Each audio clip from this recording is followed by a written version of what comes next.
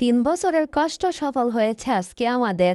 নাটোর থেকে 3 বছর আগে গাছটা এনেছি, আর 3 বছরে গাছটার পিছনে আমার হাজব্যান্ড অনেক পরিশ্রম করেছে। সাত বাগান বলে কথা, পরিশ্রমের ফল আজকে এই যে আমরা 2টা ফল পেয়েছি, আলহামদুলিল্লাহ।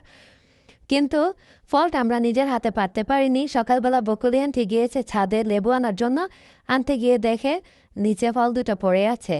তা কি আর করা, যেমনই হোক নিয়ে এসেছে, এখন তো এটা খেতে হবে। তাই এটা আমি একদম কক্সবাজার স্টাইলে ভর্তা করে নিচ্ছি।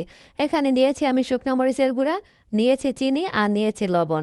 কারণ এটা আমাকে কক্সবাজার থেকেই ওরা যে বিক্রি করে ওরাই আমাকে এই ভর্তাটা এইভাবে শিখিয়ে দিয়েছে। মেরিন ড্রাইভের একজন, তো আমি ওনার থেকে এই রেসিপিটা শিখেছি আর এভাবেই করে নিচ্ছি।